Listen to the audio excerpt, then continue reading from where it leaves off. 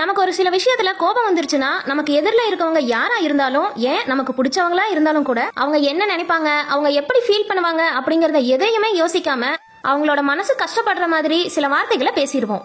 அப்படி இல்லனா இன்னும் ஒரு சிலர் நான் காமெடியா பேசுறேன் அப்படிங்கிற பேர்ல ஒருத்தரோட குறைகளை சொல்லி அவங்களோட மனசு கஷ்டப்படுற மாதிரி பேசிடுவாங்க. அடுத்தவங்களோட குறைகளை பத்தி பேசினா கண்டிப்பா தவறுதான். முக்கியமா உடல் சார்ந்த குறைகளை பத்தி பேசினா அதோட தண்டனை கண்டிப்பா ஒரு நாள் நமக்கு வந்து சேரும். வணக்கம் and welcome to Kannamma stories. உங்க கூட பேசிட்டு இருக்கிறது கீது. ஒரு நாட்டை ஒரு அரசர் ஆட்சி செஞ்சுட்டு வந்தாரு. அந்த அரசருக்கு பக்கத்துல இருக்க நாட்டு எல்லா அரசர்கள் கூடவும் நட்புறவா இருக்கணும் அப்படிங்கிற பெரிய ஆசை இருக்கு. அதனால தன்னோட அவையில இருக்க ஒவ்வொரு அமைச்சர்களையும் சுத்தி இருக்க எல்லா நாடுகளுக்கும் நட்புறவின் பேர்ல தூதரா அனுப்பி வச்சாரு.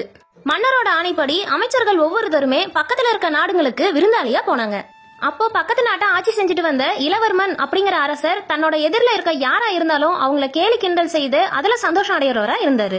அவரோட அரசவைக்கும் அமைச்சர்கள்ல ஒருத்தர் போனாரு. அந்த அமைச்சர் சாதாரண மனிதர்களை விட சராசரியான உயரம் கொஞ்சம் குறைவா இருந்தாரு. இத பார்த்த அந்த இளவர்மன் அப்படிங்கிற அரசருக்கு ரொம்பவே சந்தோஷம். தான் கிண்டல் செய்யறதுக்கு ஒரு அமைச்சர் கிடைச்சிட்டாரு அப்படின்னு அந்த அமைச்சரை பார்த்து ரொம்ப ஏளனமா, உங்க நாட்டுல உன்னை விட பலசாலியான உயரமான மனிதர்கள் யாருமே இல்லையா? நீ மட்டும்தான் இப்படியா? இல்ல உன்னோட நாட்டுல இருக்க எல்லா மக்களுமே இப்படிதானா? உன் அரசர் எப்படி இருப்பாரு? உன்னை பார்த்தாலே தெரியுது உன்னோட நாட்டோட வளர்ச்சி எப்படி இருக்கும் அப்படின்னு ஏளனமா அவரை பார்த்து சிரிக்க ஆரம்பிச்சிட்டாரு. இத கேட்டதும் அந்த அமைச்சருக்கு ராஜா மேல அளவுக்கு அதிகமான கோபம் வந்தது. இருந்தாலும் அரசவை நாகரிகம் அப்படிங்கிற ஒரு விஷயத்த சரியா கடைபிடிச்சாரு. முகத்துல ஒரு சின்ன சிரிப்போட, மன்னிச்சிடுங்க அரசே, எங்க ராஜாவுக்கு ஒரு பழக்கம் இருக்கு. சுத்தி இருக்க நாடுகள்லயே ரொம்ப பலசாலியான புத்திசாலியான அரசர் தான் எங்களோட மகாராஜா. அந்த நாட்டை ஆள்ற அரசரை பொறுத்துதான் அந்த நாட்டுக்கு அமைச்சர்களை தேர்ந்தெடுத்து அனுப்புவாரு. எங்க அமைச்சர்கள் யார் யார் எந்த நாடுகளுக்கு விருந்தினரா போகணும் அப்படிங்கறத முடிவு செய்யறதே அவர்தான். எங்க அரசவையில நல்ல பலசாலியான உயரமான பல அமைச்சர்கள் இருக்காங்க. அவங்க ஒவ்வொருத்தரையும் ஒவ்வொரு நாட்டுக்கு அனுப்பிட்டாரு. உங்க நாட்டுக்கு விருந்தாளியா நான் தான் போகணும் அப்படிங்கறது என்னோட அரசர் கட்டளை. உங்ககிட்ட ஒண்ணு சொல்லட்டுமா? எங்க ஊர்லயே பெரிய முட்டாள் நான் தான். என்ன மாதிரியான ஒரு கோமாளி எங்க நாட்டுல எங்க தேடினாலும் கிடைக்காது. உங்களை பார்த்ததுல எனக்கு ரொம்பவே சந்தோஷம் அப்படின்னு அந்த அமைச்சர் சிரிப்பு மாறாத முகத்தோட அந்த அரசரோட விருந்தினர் மாளிகைக்கு போயிட்டாரு. இங்க நடந்ததெல்லாம் பார்த்துட்டு இருந்த அரசவையில இருந்த அமைச்சர்களும் மக்களும் மன்னரை ஒரு மாதிரி பார்க்க ஆரம்பிச்சுட்டாங்க. இப்ப கவலைப்பட வேண்டியது அந்த அரசரோட முறையாயிடுச்சு.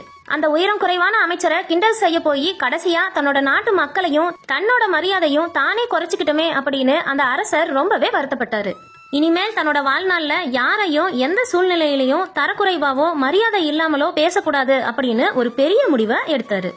இதே போலதாங்க நம்மள சுத்தி இருக்கிறவங்க கிட்ட எந்த குறைகள் இருந்தாலும் அந்த குறைகளை மட்டுமே சொல்லி அவங்கள காயப்படுத்தக்கூடாது. அந்த குறைகளை சரி செய்ய உங்களால் ஆன உதவிகளை கண்டிப்பா செய்யுங்க. பெரிய பெரிய அறிஞர்களா இருக்கட்டும், மகான்களா இருக்கட்டும், யாருமே மத்தவங்களோட குறைகளை மட்டுமே சொல்லிக்கிட்டு இருக்கல.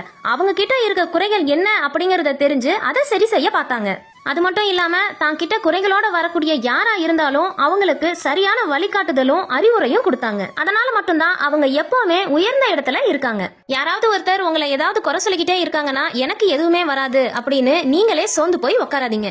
குறை சொல்ற ஆட்களே இல்லனா இந்த லைஃப் போர் அடிச்சிடும். நீங்க என்னதான் சரியா செஞ்சாலும் குறை சொல்றவங்க கடைசி வரைக்கும் குறை சொல்லிக்கிட்டே தான் இருப்பாங்க. நீங்க உங்களோட வாழ்க்கையில எப்படி முன்னேறணும், எப்படி மகிழ்ச்சியா இருக்கணும் அப்படிங்கறத மட்டும் யோசிங்க. கடைசியா உங்களோட வாழ்க்கையில நீங்க திரும்பி பார்க்கும்போது நீங்க வெற்றியோட உச்சத்துல இருப்பீங்க. உங்களை குறை சொன்னவங்க அதே இடத்துல மறுபடியும் ஒரு குறை சொல்லிக்கிட்டே தான் இருப்பாங்க. இந்த வாழ்க்கை உங்களோடது. மன அமைதியோட மகிழ்ச்சியா வாழுங்க.